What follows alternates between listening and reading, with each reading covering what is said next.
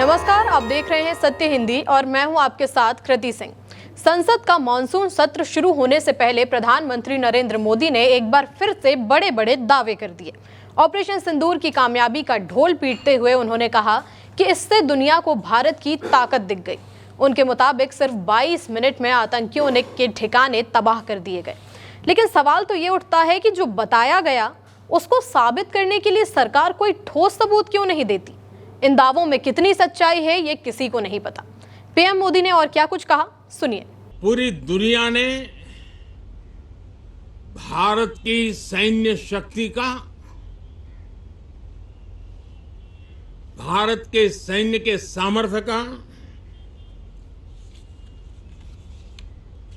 रूप देखा है।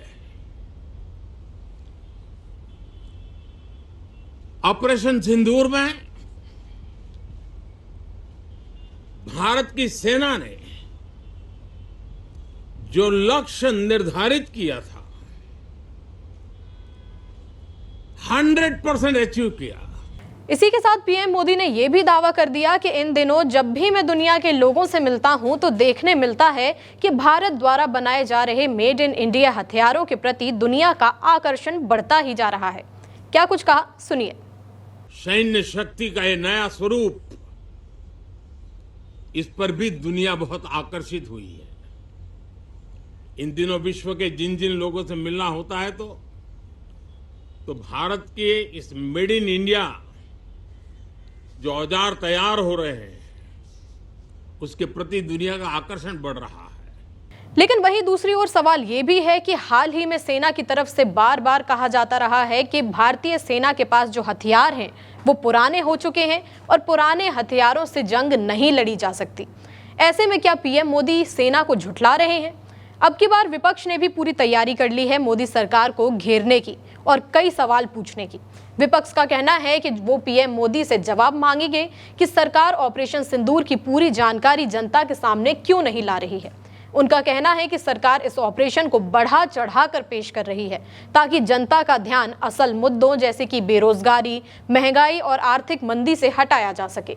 साथ ही विपक्ष का यह भी कहना है कि संसद में अब पीएम मोदी को खुद खड़े होकर यह जवाब देना होगा कि अमेरिका के राष्ट्रपति डोनाल्ड ट्रंप जो बार बार भारत के बारे में बड़े बड़े ऐलान कर देते हैं, भारत पाकिस्तान के बीच सीज फायर के कई बार दावे कर चुके हैं, तो इसमें कितनी सच्चाई है।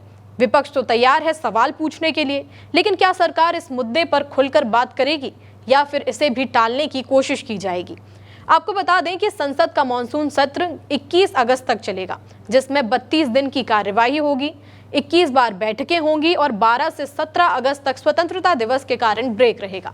तो अब नजरें सभी की इसी पर टिकी हुई हैं कि संसद में इस पर चर्चा कैसी होती है।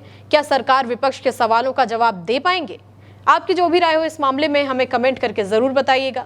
वीडियो अगर पसंद आया हो तो लाइक और शेयर करें और अगर आप चैनल पर नए हैं तो सब्सक्राइब करें।